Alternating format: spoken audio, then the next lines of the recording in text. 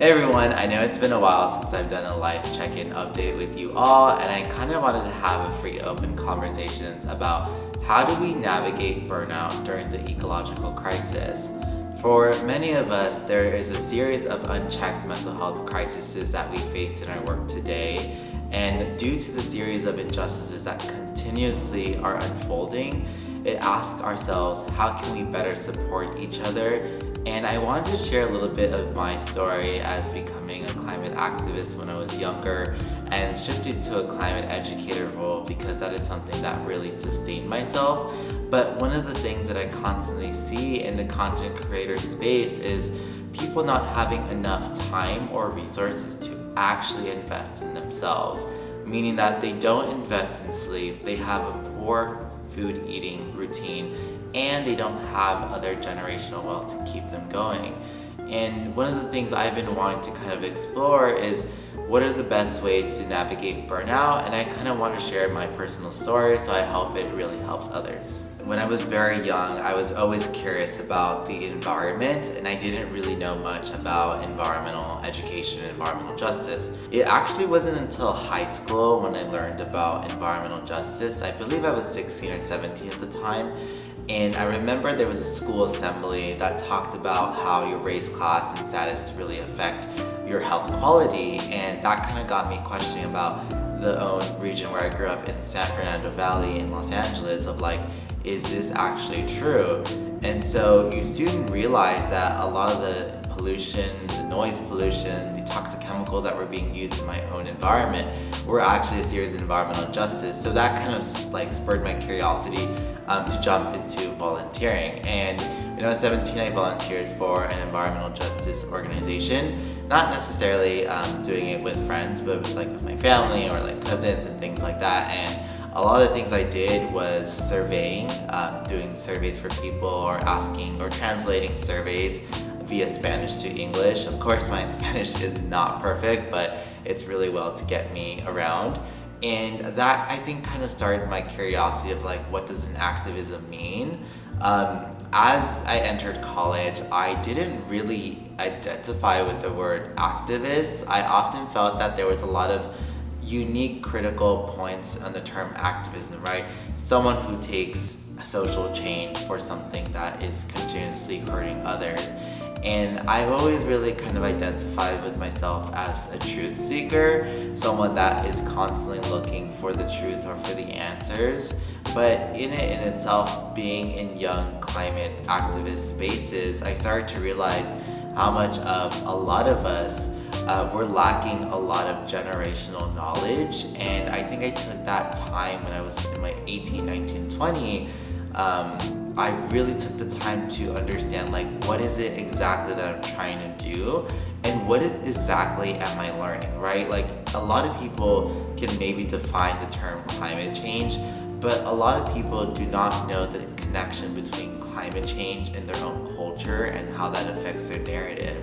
And so all this time I was kind of trying to ask myself, what is my environmental narrative? Like what makes me unique? And I think a lot of the times I didn't really have the right words, I didn't have the right speech, and I didn't have the right art to accurately describe my story because I said, it's literally a blank no where I don't really know where to begin.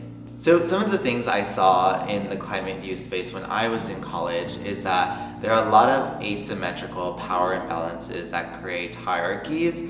In my experience, I'm talking about what I experienced in the climate youth space. I would say that there was a lot of oppression Olympics of addressing the fact of I've gone through more things, therefore you should sit down and listen to me.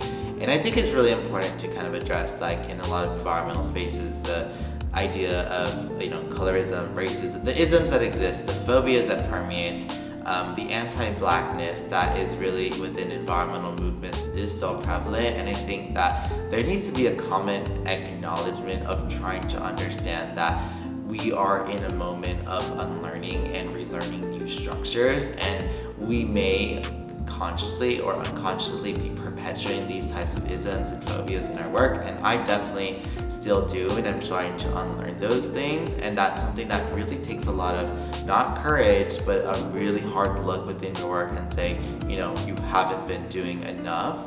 But I also know that when I mean that I'm not doing enough, I'm not gonna put myself fully down. I'm gonna take it as an experience to learn, to regrow, and to unlearn those toxic things that may have been hurting others. And so I'd say that in a lot of these activist spaces, when we go to like protests and things like that, I started to realize there was a really lack of elders in those spaces. I was like, what am I doing in these college activist spaces when everyone's critiquing each other for not doing enough? Where is the moment and the love for each other to say, I'm going through an unchecked mental health crisis, I need help? And I think that a lot of us reflect those traumas into other people, which kind of creates this cycle of re-traumatization. And so when those people do not have the capacity or time to be able to process that trauma, that anger builds up and eventually leads to a leaking of not toxic energy, but a leaking of unbalanced emotional health. And so for me, I try to tell people, especially young people in this movement, is that whatever you're doing, stay confidently engaged in that issue, but also know to give yourself time to break, right? A lot of activists have said this, is that just because you take a day, a month off, doesn't mean that you're less than, doesn't mean that you're not doing impactful work. It means that the work will continue to be existing and that you can rejoin the moments that you get to rest and are ready to fight back. So anyways, through the ages of 18 to 21, I really was embedded in a lot of youth movement spaces, and then I started to realize that a lot of my lived experiences weren't truly being shared, and I often thought in dominant environmental spaces, the experts of what you would call environmental justice or environmental racism weren't people that came directly from those communities. And I think it's valid to say that people who don't live in EJ communities shouldn't be talking about these things, because they clearly should, especially like when we apply intersectionality. But I'm saying specifically in the terms of like lived experiences were being devalued from people in academic settings. And so I really wanted to amplify more Black, Indigenous careers who were studying the environment, who were having these lived experiences, to be able to be amplified. And so when I left the activist space, it wasn't more about I'm burnt out and I can't do this. I had to give myself a hard look and say, look, Isaiah, you are getting older in this space. You also are really not always being at the front lines. You're more of a supporter role. And I realized that when I was younger, I was always consulting people my age or younger than me in college about, the crises or the issues or dilemmas that they were having with other peers. And I think I really saw myself as a time for an educator to give space for people who may be curious in entering movements as an opportunity for them to kind of distinguish what type of role they wanted to play as an activist, right? Because like I said, activism is so broadly defined in each and every one's, but I do feel that in myself, in my own work, I identify more closely as an environmental educator. And sometimes people attach educator to activism, and so that is something that is very interesting to see in this landscape. So after I graduated college, I created Queer Brown Vegan, which many of you already know since you watched my channel, and I realized that, education is so inaccessible.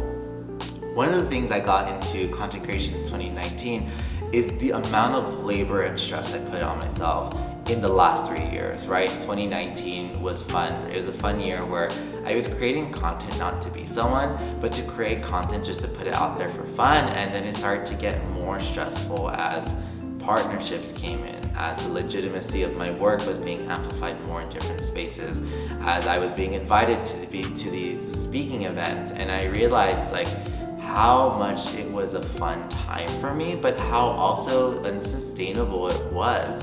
I was working a full-time job, and then I was also working on Queer Brown Vegan, and I told myself, you're literally destroying your body. And the rapid rate of gray hairs came out of me over the last 2 years, and I had to ask my friends, is this landscape truly sustainable in my world? And honestly, I told myself, I really do not want to see myself in this space burning out at the age of 28, right? Or the age of 30 or the age of 35. I really want to do this work. And a lot of my environmental work has been diluted over the years due to media or due to other people, but I realized that the work that I'm doing isn't virality work. My environmental work is legacy work, and I think that's something that I really had to understand, is that when I'm creating legacy work, I have to work slow, I have to build slowly, and I have to be abiding by those laws and values in my personal relationships in my life. And I think that's what has really sustained me right now, is knowing the fact that I can slightly slow down rather than this constant need of saying, I'm busy, I can't do this, I'm busy. And if I'm busy for people already, and I'm saying that to myself internally, what am I leading myself to? It's to burnout and to failure. And so some things I tell people about burning out is that it doesn't just hit you one day. It's a chronic illness that eventually affects your everyday ability to eat, to get out of your bed, to look at yourself in the mirror, to give yourself compliments, to make food, other things like that. And I started to realize I really want to take care of myself. And some of the things I don't really see talked about in these spaces sometimes is the importance of mental health personally. And that's something that I feel sometimes hard to talk about because of my own lived experiences. So with that being said, in my own personal story, I do want to give some tips and advice for people going through this crisis, right? First things first is that you are more than enough in this world, right? I think a lot of these systems press down so much on our hearts to tell us that we need to continue scaling our work, we need to be profitable, we need to be seen as marketable. And the reality is that I have an old soul within myself, and I think that because of capitalism we see today, we're seen as degradable, or what you would say viewed as disposable, the correct word. And I really think that that's something that I want to kind of constantly preach, is that if we're going to be creating environmental work, do you have set boundaries and principles to ensure that? Because the amount of people that I get in my messages talking about their own mental health crises, it is really a lot to handle. I am not a mental health professional, and so for me, the best thing I've done is sometimes listening, but also setting boundaries for yourself. The other thing I really emphasize is the importance of community, right? If I did not have my great friends from Eco Talk, if I didn't have my best friends that are content creators in this space, I think I would really burn out from this space and quit eventually, because there is so much misconstruing of our own words. There's so many binary statements being thrown in the environmental sector, and I think it doesn't allow for nuance, and it doesn't allow for critical thinking. And that is something that I really want people to understand, is that if we're not going to be able to have these conversations, how are we going to go tell younger people who look like us that want to be entering this field of is this a viable career for your health? And the reality is that it depends on the individual, it depends on the resources that were invested in you, and it depends on your connection to community. Because for me, community is a lifeline, and I cannot separate that from the environmental work I do today. So with that being said, I want to just give a lot of love to each and every one of you who may be dealing with burnout, right? And I'm also dealing with it too. And I have these serious conversations with my management, my friends, and my own family, is that if I'm not able to have my community around me, I won't be able to do this work long standing. So I just want to say thank you so much, everyone, for taking the time to listen. But I also want to give the opportunity for you all to share your own stories or share your own personal experiences, because it truly matters to me that we have these honest and transparent and ethical conversations when it comes to our climate narratives. And that is something I want to be open about in my own struggles. So if you love this video, make sure to like, comment, and subscribe. And also let me know what videos you want to see next.